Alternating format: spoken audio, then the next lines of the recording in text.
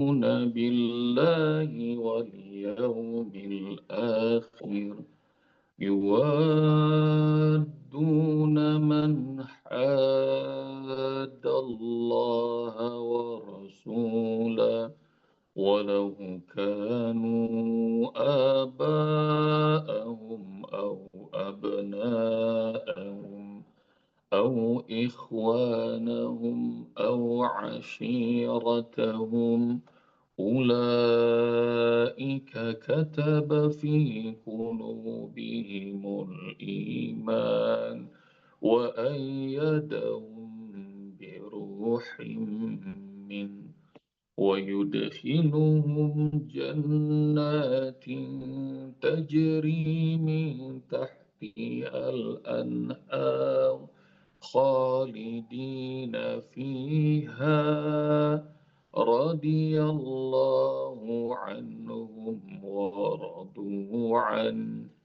أولئك حزب الله ألا إن حزب الله هم المفلحون. اللهم ارحمنا بالقرآن.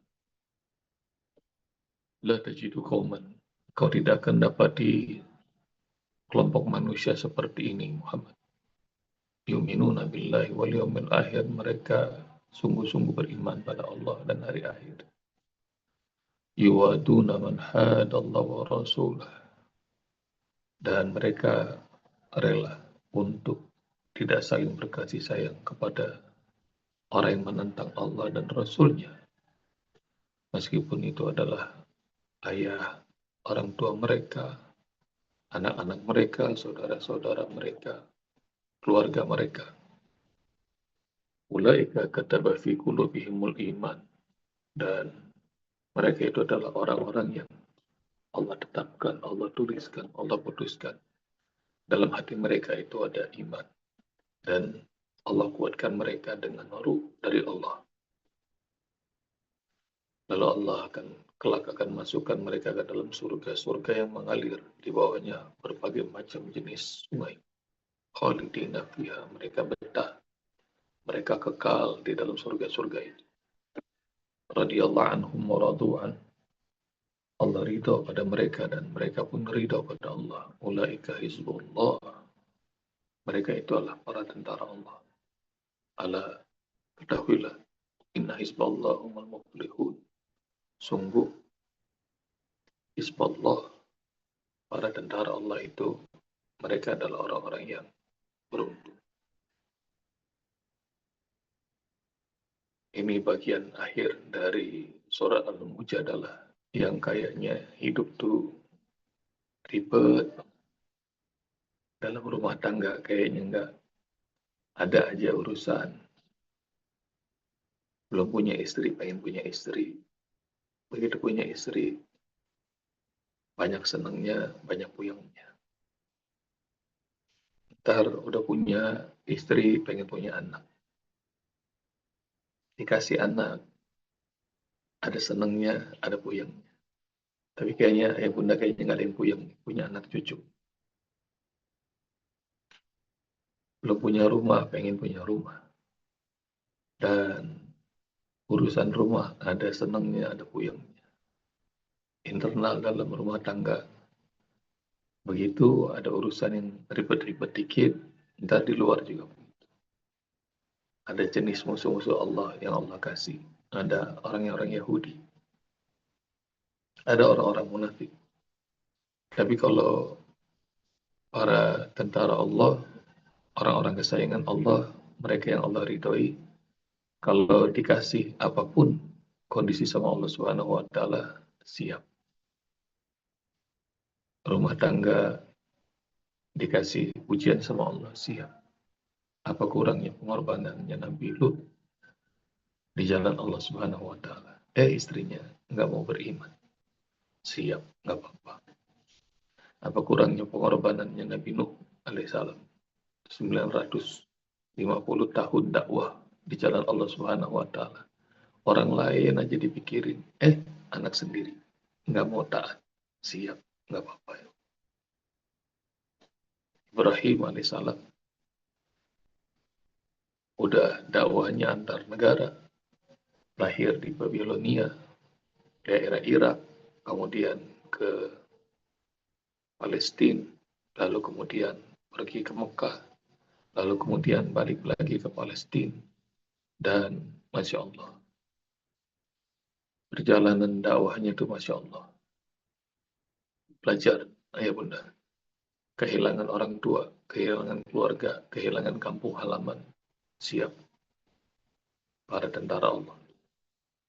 Dan banyak lagi orang-orang yang beruntung, milih Allah apa milih orang tua, milih Allah apa milih anak, milih Allah apa milih saudara-saudara, milih Allah atau milih keluarga. Meskipun dikucilkan, meskipun gak kebagian bagian dari dunia, meskipun prihatin, tapi perjuangan itu abadi, ayah bunda. Perjuangan abadi yang gak ada habisnya. Dan Rasulullah SAW sudah kasih tahu tuh, saat dimi'rajkan Rasulullah ketemu para nabi-nabi mulia itu. Dan itu adalah para tentara Allah yang VVIP di Baitul Maqdis sholat bersama Rasulullah semuanya. Dan Rasulullah jadi imamnya. Dan kemudian naik setiap langit ketemu jumpa sama para tentara Allah itu.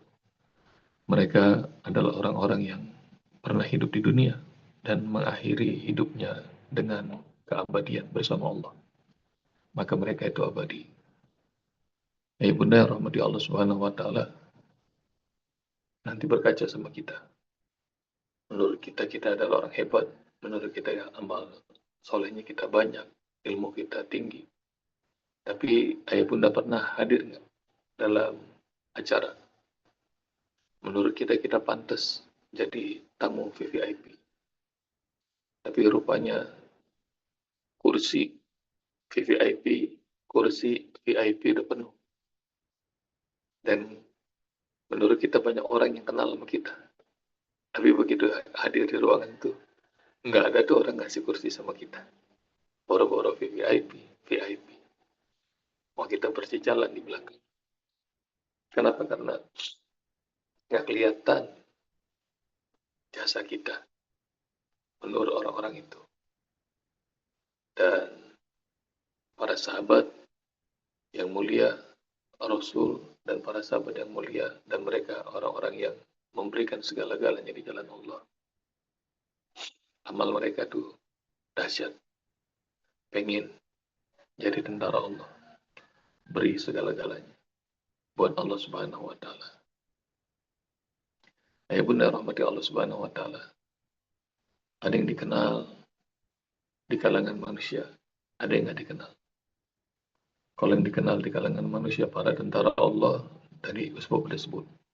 Nabi Nuh, Nabi Lut, Nabi Ibrahim, Nabi Musa, Nabi Isa, para Rasul dikenal.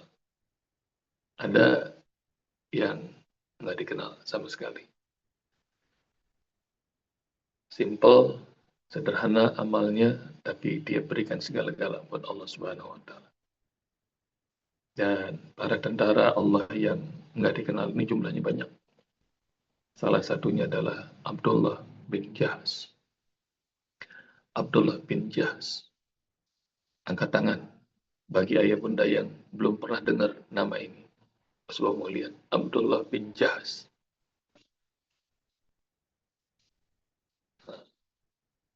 Banyak yang belum tahu. Yang nggak angkat tangan kayaknya boleh cerita nih. Udah tahu belum tuh Abdullah bin Jahsh itu siapa? Dengir juga ini rupanya. Abdullah bin Jahsh ini ayah bunda anak muda. Sahabat Rasul. Mati cepat. Karena mati di tahun 2 Hijriah. Mati sebagai syahid di jalan Allah Subhanahu wa taala pada perang Uhud. Abdullah bin Jahsh ini ayah bunda rahmati Allah Subhanahu wa taala radhiyallahu anhu, semoga Allah meridhoinya. Malam itu beliau jaga pos. Kalau dalam sirah Ar-Rahiqul Maktum itu disebutkan tuh saat perang Uhud ketika belum mulai peperangan pasukan muslim sama pasukan musuh orang-orang kafir Mekah udah kelihatan tuh jaraknya kira-kira cuma 150 meter tapi perang belum pecah jadi mereka sudah ribat sudah bersiap siaga. Abdullah bin Jahaz berdiri bunda ngeliatin pergerakan musuh di pos yang sudah ditentukan oleh Rasulullah. Lalu kemudian datanglah Sa'ad bin Abi Waqqas, seorang sahabat Rasulullah yang dijamin surga oleh Rasulullah. Sa'ad bin Abi Waqqas ini senior dan dia keliling pos-pos itu untuk memberikan semangat. Jangan sampai ada muslim yang gentar untuk melakukan perang ini. Maka di malam yang dingin, kepanikan dan ketakutan mencekam, sampailah Sa'ad bin Abi Waqqas ke posnya Abdullah bin Jahaz. Lalu kemudian Sa'ad bin Abi Waqqas duduk di sampingnya Abdullah, kemudian Sa'ad bilang gini, kita berdoa yuk pada Allah. Karena idal taqal jam'an, kalau dua pasukan sudah mulai ketemu, itu doa-doa mujahid itu dijabah semua. Maka kemudian kata Abdullah, ayo aku doa duluan ya, kata Sa'ad, nanti kamu aminkan. Kalau aku sudah selesai, kamu yang doa, aku yang aminkan. Oke, kata Abdullah. Maka Sa'ad bin Abi Waqqas doanya gini, doa panjang ya bunda, di keheningan malam, dalam ketakutan, bayangan, segala macam. Doanya, ya Allah, di antara doa yang panjang, apabila esok terjadi peperangan antara kami dan musuh-musuhmu, datangkan untukku ya Allah orang yang gagah perkasa. Aku berniat membunuhnya dan dia berniat untuk membunuhku. Farzuqni az-zafra minhu. Rezekikan aku ya Allah mampu mengalahkan orang itu. Hatta asluba ghanimata, hingga aku bisa ambil harta rampasan perang darinya. Setiap kalimat diaminkan oleh Abdullah. Amin, amin, amin. Dan doa yang dibaca oleh Sa'ad bin Abi Waqqas, doa pada Allah sekaligus motivasi buat Abdullah bin Jahaz. Jadi datangkan orang yang gagah perkasa untukku, dia berniat membunuhku, aku berniat membunuhnya, dan rezekikan aku bisa mengalahkannya. Maka usai doa yang panjang dibacakan oleh Sa'ad bin Abi Waqqas, lalu kemudian kata Sa'ad, sekarang giliran kamu yang doa, aku yang aminkan. Maka ngangkat tangan Abdullah bin Jahaz ini. Abdullah ngangkat tangan dan dia doa gini, ayah bunda. Redaksinya hampir sama. Allahumma ya Allah, apabila besok terjadi peperangan antara kami dan musuh-musuh, datangkan untukku seorang pria gagah perkasa yang dia berniat untuk membunuhku dan aku berniat untuk membunuhnya. Sampai titik ini kalimatnya sama, tapi setelah itu beda. Farzuqni asyhada fi sabili fi yadi. Namun ya Allah, rezekikan padaku, aku bisa mati syahid di jalanmu lewat tangannya. Lalu dia memotong perutku, mengambil semua isinya. Dia potong hidungku dan telingaku. Dan ketika engkau bangkitkan aku ya Allah di hari kiamat, dalam kondisi aku tidak punya hidung, telinga, dan perutku robek, engkau akan bertanya padaku, hambaku, apa yang terjadi pada tubuhmu? Dan pada saat itu aku akan berkata, ini aku lakukan karena membela agamamu, membela Rasul. Bunda, bayang gak doa kayak gini? Itu Sa'ad bin Abi Waqqas begitu ngedengerin, nengok tuh. Ini doa apa? Gitu. Tapi rupanya Abdul bin Jahaz itu sungguh-sungguh minta sama Allah. Ayah bunda bacalah kisah perang Uhud. Bagaimana Rasulullah SAW pada tahap pertama dan para sahabat memenangi peperangan. Tapi begitu setan mengelabui para sahabat Rasulullah hingga mereka meninggalkan gunung rumah, tempat pemanah.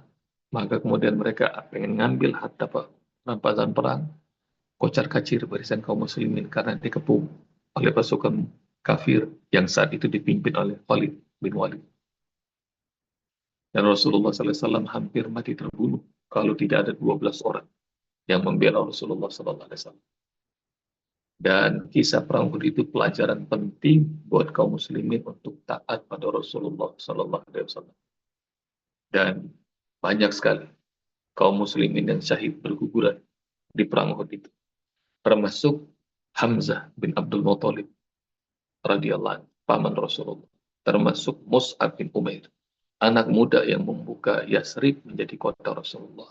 Termasuk Abdullah bin Jahaz. Hingga nanti ayah bunda cari berapa orang kaum muslimin jadi syuhada Uhud. Cari faktanya. Hingga akhirnya kemudian semua usai perang, semua yang jadi korban syahid dikumpulkan. Satu persatu Rasulullah SAW lihat dan Rasulullah nangis. Melihat pamannya Hamzah nangis, Rasulullah melihat Mus'ab nangis. Kemarin Usbab sudah kasih tahu Mus'ab yang kalau ditutup kepalanya kakinya kelihatan, kalau ditutup kakinya kepalanya kelihatan. Nah di antara semua itu ayah bunda, maka Rasul dan para sahabat kaget. Ada seorang muslim yang tidak bisa dikenali. Ini siapa kata Rasulullah? Semua orang udah didoain sama Rasul dan para sahabat udah doain. Ini siapa? Rasul nangis karena nggak ada yang tahu, karena kondisinya menyedihkan. Perut robek, kuping, telinga, hidung nggak ada. Maka kemudian Rasulullah SAW nangis itu karena ngebayangin, kok bisa ya dalam kondisi perang berkecamuk ada orang yang sempat mutilasi. Kok bisa dia dengan tenang memutilasi? Perutnya robek, telinganya, hidungnya itu. Maka semua orang nangis, para sahabat nangis, Rasulullah nangis. Hingga akhirnya dari semua yang nangis ada satu orang yang tersenyum. Siapa dia yang tersenyum? Sa'ad bin Abi Waqqas. Saat begitu ngelihat saat senyum gitu dengan air mata yang netes, para sahabat nanya, kenapa engkau tersenyum? Maka kemudian saat mengatakan ini saudaraku Abdullah bin Jahaz. Dari mana kau tahu? Cerita Sa'ad bin Abi Waqqas. Dan dia sampaikan doanya Abdullah bin Jahaz tadi malam. Ya Allah, kalau besok terjadi peperangan antara kami dan musuh-musuhku, musuh-musuhmu, datangkan untukku ya Allah satu orang gagah perkasa. Dia berniat untuk membunuhku dan aku berniat untuk membunuh. Namun rezekikan ya Allah, aku mati di jalanmu lewat tangannya. Dan dia potong perutku, dia potong telinga dan hidung. Hingga nanti ketika kau bangkitkan aku tanpa telinga dan tanpa hidung, kau akan bertanya, abdi, hambaku, apa yang terjadi pada dirimu? Dan saat itu dengan bangga aku akan mengatakan, aku lakukan ini ya Allah demi membela agamamu, membela Rasul. Dengar itu yang wa ta'ala rahmati Allah subhanahu wa ta'ala. Rasulullah SAW gitu. Sadaqallah wallahu yusaddiq. Dia membenarkan Allah. Dan Allah pasti akan membenarkan, memberinya balasan yang pantas untuk. Bunda yang rahmati Allah subhanahu wa ta'ala.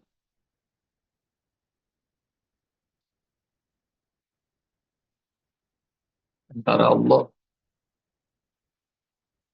para tentara Allah yang beri segala-galanya buat Allah.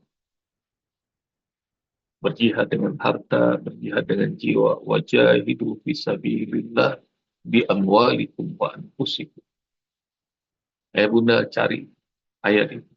Dan dalam Al-Quran banyak sekali Allah minta kita untuk membela agama Allah dengan harta dan dengan jiwa.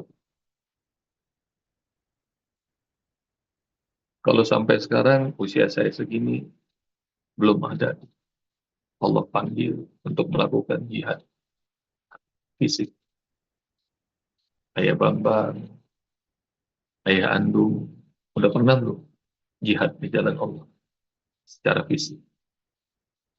Kalau belum ada kesempatan itu, ayah bunda, pakai harta kita, pakai tenaga kita, pakai pikiran kita, bela agama. Dan kebahagiaan yang Allah pengen hadirkan, ada rasa cinta yang nggak bisa ditandingi oleh keluarga, oleh saudara, oleh anak, oleh orang tua.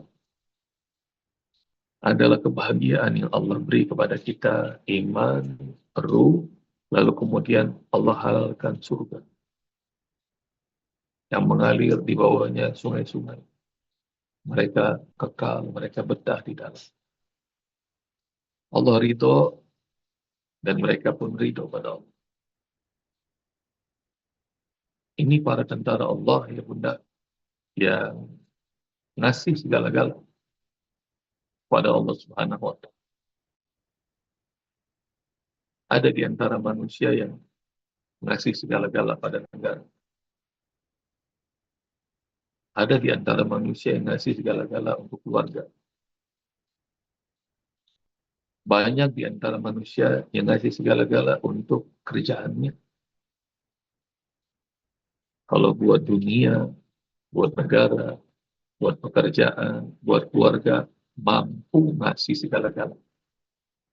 Sampai istilahnya kepala di kaki, kaki di kepala, banting tulang, peras keringat, itu istilah itu terlalu banyak. Terus sampai kapan hidup tuh nyari yang semua? Sampai kapan ngejar dunia yang fana ini? Kullu man 'alaiha fan. Semua yang di dunia ini fana, pasti sirna. Wa yabqa wajhu rabbika dzul jalali wal ikram. Dan akan senantiasa abadi zat wajah Rabb, karena dia yang memiliki keagungan dan kemuliaan. Maka ini panggilan ayah bunda, surah Al-Mujadalah, panggilan buat kita. Manusia-manusia yang pragmatis, mencari keuntungan sesaat, mereka kaum munafikin, kita tahu kisahnya. Orang-orang yang menjadi musuh-musuh Allah, orang-orang Yahudi, kita sudah tahu ceritanya. Mereka yang sibuk hidupnya buat urusan keluarga aja, kita tahu bagaimana nasib. Sekarang ya bunda, cari keabadian. Keabadian mencintai Allah, Rasul, dan jihad. Sungguh-sungguh di dalam itu keabadian.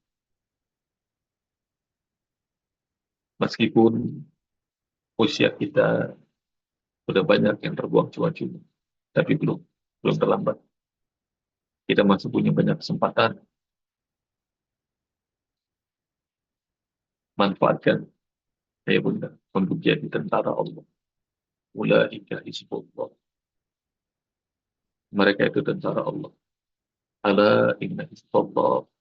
Ketahuilah tentara Allah itu umul muflihun. Mereka adalah orang-orang yang beruntung. Beruntung. Yang ngomong beruntung bukannya HRD yang mengukur kita dari KPI. Yang ngomong beruntung itu bukannya atasan kita, bukannya bos kita, bukan. Yang ngomong beruntung itu di ayat ini bukannya mertua kita, orang tua kita, bukan. Yang ngomong beruntung Allah pemilik langit, bumi, Allah pemilik dunia akhirat. Ini orang beruntung. Maka kalau pengen tahu orang-orang beruntung, nih disebut sama Allah Subhanahu wa Ta'ala. Apa aja sebab orang-orang yang beruntung menurut Allah Subhanahu wa Ta'ala? Satu, tentara Allah. Ayah bunda sudah tahu.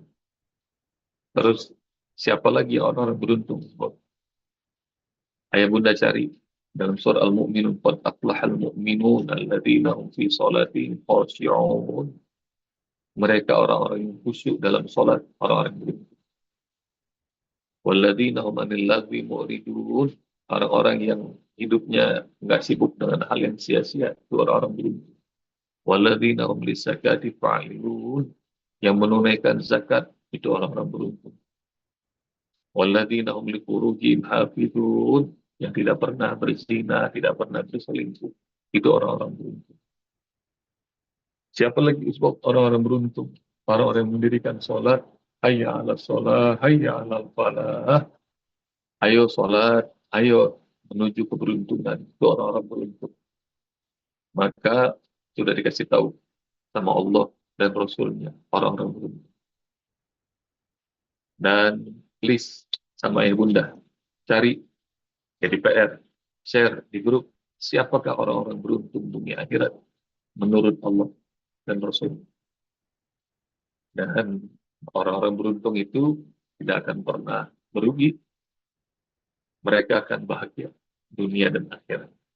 Semoga Allah Subhanahu wa taala jadikan kita menjadi orang-orang yang beruntung. Jazakumullah ya benar. Assalamualaikum warahmatullahi wabarakatuh. Waalaikumsalam Waalaikumsalam warahmatullahi warahmatullahi wabarakatuh. wabarakatuh.